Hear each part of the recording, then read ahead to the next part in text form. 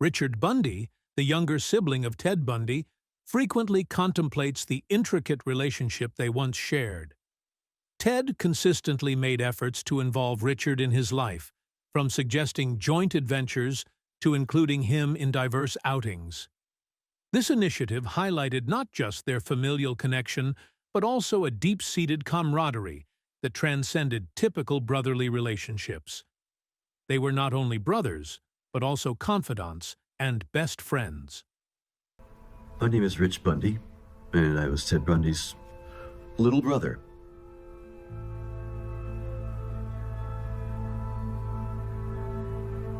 My name is Ted Bundy. I've never spoken to anybody about this.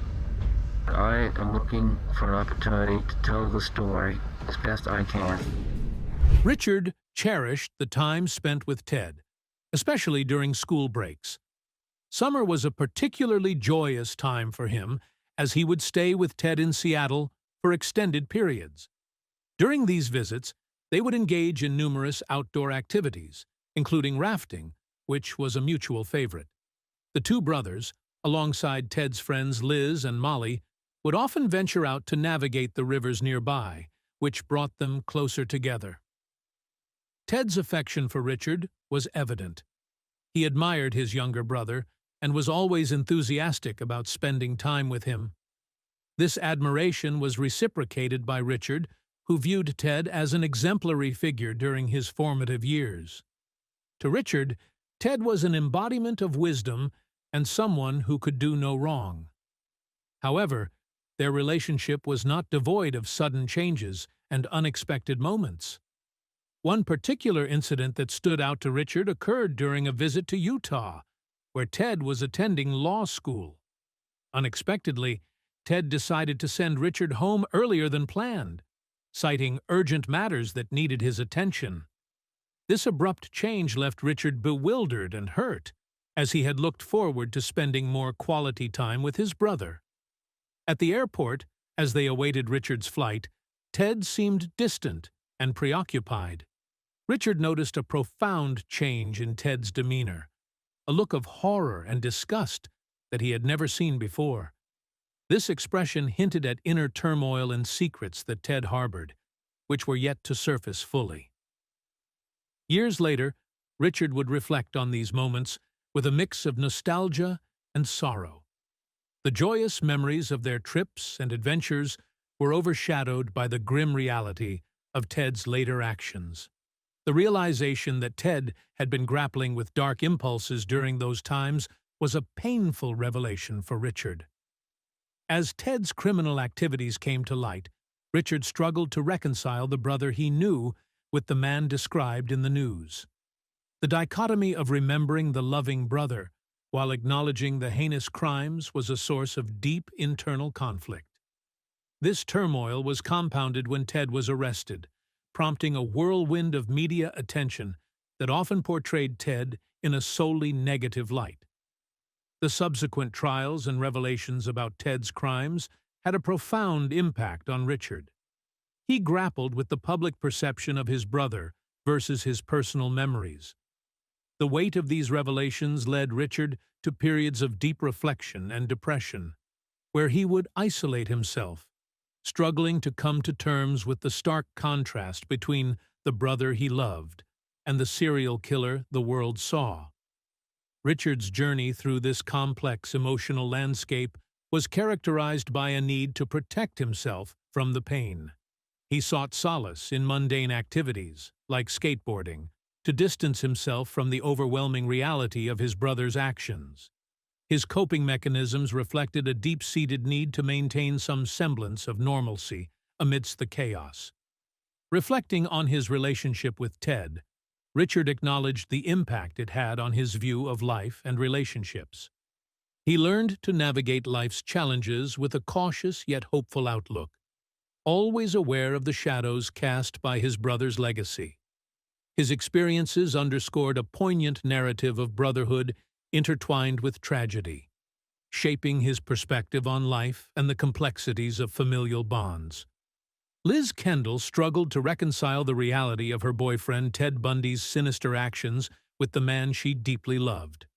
For Liz, Ted was not just a companion but also a figure of warmth and care, a stark contrast to the dark figure he would eventually be revealed to be. Their love story began like any other, filled with affection and dreams of a shared future. Ted's charm and apparent kindness won over not only Liz, but also her family. They all admired him greatly, seeing him as a perfect fit into their lives. Liz was especially taken with how Ted treated her daughter, Molly, seeing him almost as a father figure through the innocent eyes of the childhood photographs that captured their shared moments. Liz and Ted's relationship spanned about 5 years, during which Ted secretly started his descent into his grim alter ego, a violent offender hiding behind the mask of a gentle lover. The dichotomy of Ted Bundy's personality is chilling. He was able to maintain the facade of a caring boyfriend and a prospective husband while committing unspeakable acts away from Liz's loving gaze. His life took a malevolent turn in 1974 when he decided to immerse himself fully into his criminal escapades, deciding that nothing would stop him, not even the risk of being caught or killed. Linda Ann Healy was one of the first victims of Bundy's spree. Bundy, having noticed Healy one evening, followed her home and ended her life in her own bedroom, a horrifying act that marked the beginning of a series of similar crimes. As women began disappearing across the Pacific Northwest, Liz sensed a subtle shift in their relationship, feeling a distance growing between them. She feared he might be seeing someone else, never imagining the true nature of his absences. The horrors escalated, culminating on July 14, 1974, at Lake Sammamish State Park. Bundy, blending seamlessly into the crowd, executed one of his most audacious acts. He lured Denise Naslund and Janice Ott by feigning injury, using a ruse involving a sailboat and a fake arm sling, a tactic that chillingly echoed scenes from the film The Silence of the Lambs. That day, amid thousands of unsuspecting visitors, he abducted and murdered both women. Following these brazen abductions, police urged the public to submit any photographs or videos from the park that day, hoping for any lead. Witnesses had seen a man calling himself Ted, who drove a Volkswagen, leading to the creation of a composite sketch that resembled Bundy. When Liz's co-workers showed her the sketch, something about it, the jawline, perhaps struck a chilling chord in her. She felt compelled to call the police, though she did so anonymously, burdened by disbelief and torn by loyalty and fear. Liz's tip was a needle in a haystack. There were thousands of potential suspects named Ted who drove Volkswagens.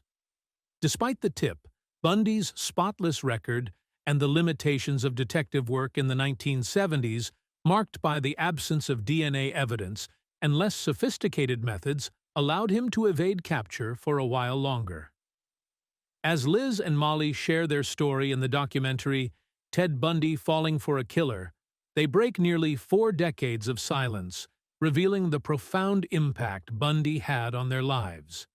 The series and Liz's book, The Phantom Prince, My Life with Ted Bundy, delve into the harrowing journey of loving a man who was a living nightmare, embodying both the dream and the horror. Reflecting on their time together, Liz is haunted by the thought of what might have been. She grapples with the lingering question, why wasn't I a victim? Despite his heinous acts, she believes, in some twisted way, that Bundy did love her, adding a complex layer to her grief and confusion. In the mid-1970s, police forces were not equipped with modern technology like fax machines or the Internet, which made solving crimes especially challenging. During this time, Liz Kendall began to notice unnerving similarities between the descriptions of a serial offender and her boyfriend, Ted Bundy. Initially, she approached the subject lightly, joking with Ted about the accusations. However, as the gravity of the situation sank in, Liz found herself too frightened to bring up her suspicions again, fearing what his reaction might be. As police investigations ramped up in Seattle, Ted decided it was time to move. He used his enrollment at Utah Law School as a pretext to relocate, leaving Liz and her daughter Molly behind. Not long after his departure, Ted committed his first known crime in Idaho, where he murdered a hitchhiker just 12 hours after leaving Seattle. In Utah, Ted's attendance at law school was minimal. He was preoccupied with his dark pursuits, quickly claiming the lives of about 4 women in just a few weeks. One of his intended victims, Carol Durant, narrowly escaped, marking a critical turn in the investigation as she was the first to survive an encounter with Ted and could provide a detailed description. Liz's friend from Utah brought chilling news that similar crimes were occurring there, making Liz fear the worst. She reached out to the King County Police, providing them with photos of Ted. These were shown to a key eyewitness from a previous crime scene, but the witness did not recognize Ted, describing him as looking too old. Despite multiple interactions with the police, they continually reassured her that Ted was not the suspect they were looking for. Meanwhile, Ted continued his spree, moving to Colorado, where the media was not as focused on the missing women. He found his next victims in Aspen and Vail, including Karen Campbell, a nurse, and Julie Cunningham, a ski instructor. Ted's pattern of violence was relentless, with his interactions with victims now outnumbering his relationships with living people. It was clear he was consumed by his criminal activities, but his capture was imminent. In Utah, a routine traffic stop by a local police officer led to Ted's arrest. The officer found suspicious items in Ted's car, including a ski mask with cutout eyes and handcuffs, which indicated his involvement in criminal activities. Ted was booked and soon became a person of interest in the unsolved abduction of Carol Durant. Carol identified Ted in a police lineup, leading to his arrest and charge for her kidnapping. During this tumultuous time, Ted's friends, still believing in his innocence, gathered funds for his bail. Once bailed out, Ted returned to Seattle to visit Liz. She was shocked to see him, but felt reassured by his familiar presence, convincing herself that they were safe from harm because of the public attention on Ted. Despite the mounting evidence, Liz continued to believe in Ted's innocence, unable to reconcile the man she loved with the heinous acts he was accused of. The daughter of Ted Bundy's former girlfriend often reflects on their intertwined lives with him, particularly feeling a haunting connection to one of his final victims, 12-year-old Kimberly Leach. This crime struck a nerve with her deeply, not only because of the horrifying nature of the act, but also because she was the same age as Kimberly at the time. The brutal loss of a girl so young and so similar to herself brought an overwhelming sense of sorrow and a chilling personal resonance that was hard to shake off. She struggles to articulate the immense devastation brought by Kimberly's abduction and murder, haunted by the dreadful actions of a man she once knew in a completely different light. The daughter frequently revisits a tormenting question: why were she and her mother spared from the violence that took Kimberly's life? She speculates that their early relationship with Bundy somehow placed them in a safer category in his distorted perspective. Perhaps because they were so visibly connected to him, part of his social facade, this visibility provided them a shield, keeping them off his list of targets. This perceived safety is deeply ironic and unsettling. How could they feel safe with someone so dangerous? The dichotomy between the public persona Bundy maintained and the heinous crimes he committed is a source of profound conflict for them. Their memories of him are tainted, forever overshadowed by the brutal acts he was capable of committing against others. Living with these memories, they are continuously forced to reconcile the Bundy they knew, a figure involved in their day-to-day lives, who played a role in their family, with the Bundy who was a predator. This reconciliation is painful and confusing, involving a constant reevaluation of past interactions and what they thought they knew about him. Over the years, dealing with the legacy of Bundy's actions has been a heavy burden. The trauma of realizing they were close to such a monstrous person, and the ongoing process of understanding why they were spared, has left them with a lingering mix of relief and guilt. They feel fortunate to have escaped unharmed, yet they carry the weight of his victims' fates, particularly Kimberly's, whose life was so cruelly and senselessly cut short. It's been decades since Sotria Retsus narrowly escaped a harrowing encounter with Ted Bundy, one of America's most notorious criminals.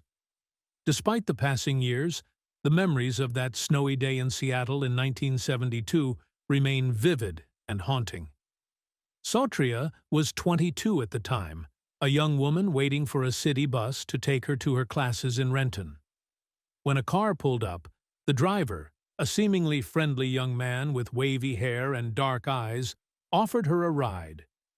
Given the era's relatively safe atmosphere in Seattle, Sotria saw nothing alarming about accepting a lift from a handsome stranger.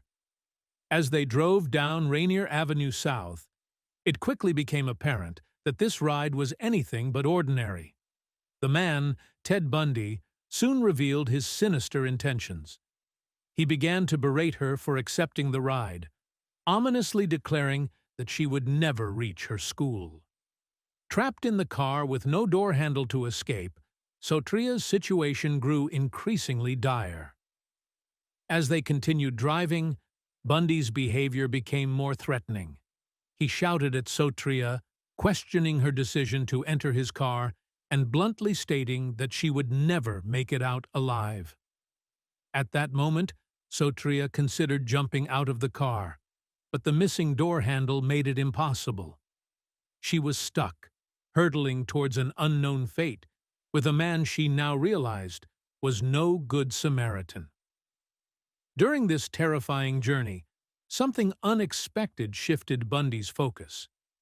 He noticed Sotria's hair she had recently cut short, a change from the long brown hair that Bundy typically sought in his victims. This small detail seemed to perplex him, and in a bizarre turn of events, he demanded she remove her hat to confirm her hair length. The alteration in her appearance appeared to disrupt Bundy's intentions, momentarily throwing him off. Ultimately, after an agonizing hour of fear, Bundy inexplicably decided to let Sotria go. He dropped her off in front of her school, shoving her to the ground as a cruel reminder of her close brush with death. Shaken, Sotria later realized just how fortunate she was to have escaped with her life. This encounter remained a private trauma for Sotria for over a year until she recognized Bundy on television, finally connecting her abductor to the serial killer now widely reported in the media. The realization that she had been in the clutches of Ted Bundy was both shocking and confirming of the danger she had sensed during that fateful ride. Bundy's reign of terror left a dark trail across the Pacific Northwest. He frequented places like Lake Sammamish State Park, where he boldly abducted 2 women in broad daylight, demonstrating his ruthless approach to hunting his victims. These women, Janice Ott and Denise Naslund, were later found deceased, their bodies dumped in a wooded area, marking just a few of Bundy's numerous brutal crimes. Years later, investigations into Bundy's activities continue to evolve with advancements in forensic science. Detectives and the Washington Attorney General's office are revisiting cold cases, hoping to link Bundy to more unsolved crimes, including a 1966 incident where 2 flight attendants were viciously attacked in their apartment near a Safeway where Bundy worked. The ongoing reassessment of these cases seeks to provide closure to the families affected by Bundy's widespread havoc. Sotria's survival story is a chilling reminder of the randomness of Bundy's brutality and the fine line between becoming a victim and living to tell the tale. Today, she is profoundly grateful for her life, aware of the sheer coincidence that her impromptu haircut may have saved her from a more tragic fate. Her experience underscores the importance of vigilance and the enduring impact of Bundy's legacy, a blend of grandeur, grief, and profound gratitude for those who survived his wrath. Ted Bundy remains a name that sends shivers down the spine of anyone familiar with his horrifying deeds. 30 years after his execution, Bundy's life and crimes continue to be dissected in documentaries and crime series. Born Theodore Robert Cowell in 1946, Bundy had a complicated childhood. Raised partly by his grandparents after being born to an unwed mother, he later took the surname of his stepfather, John Bundy, when his mother remarried. Those who studied his life describe him as intelligent and charismatic, traits that he exploited to gain trust and access to political circles. His outward charm and good looks were starkly contrasted by his sinister double life. Bundy's criminal activities became evident when he enrolled in law school in 1973, but showed a waning interest by the next year. Authorities linked him to his first recorded attack in 1974, when a college student in Washington state was brutally assaulted.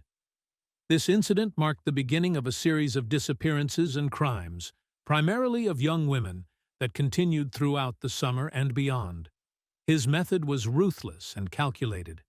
Bundy often used his personable facade to lure his victims, offering rides or pretending to be in distress. Once they were in his car, the true horror would begin. For instance, Rhonda Stapley, who encountered Bundy while waiting for a bus, accepted a ride from him only to be attacked and narrowly escape death. Bundy's confession years later revealed that he had eliminated at least 30 women, abducting, intimating by force, and strangling them. He not only eliminated these women, but also returned to visit their corpses, displaying a level of macabre fixation that is difficult to comprehend. Bundy's ability to evade capture for years added to his notoriety. He was first arrested in Utah in 1975 for suspicious activities. Despite escaping custody twice, his freedom was finally curtailed in Florida, where his criminal activities culminated in more violence until a traffic violation led to his final arrest. During his trial, Bundy took the audacious step of proposing to Carol Ann Boone, whom he had dated before his arrest. Boone believed in his innocence and even named him as the father of her daughter born in 1982 while he was on death row. However, Bundy's manipulations did not prevent him from receiving the death sentence. The execution of Ted Bundy in 1989 did little to alleviate the pain of the families of his victims. The mother of Denise Naslund, one of his victims, expressed how her life was shattered by her daughter's murder, leading her to live in seclusion, overwhelmed by fear and loss. Bundy's death closed a dark chapter, but the scars left by his actions remain, haunting those affected by his brutal campaign of terror. His death also meant that many details of his crimes died with him, leaving unanswered questions about the true extent of his reign of terror.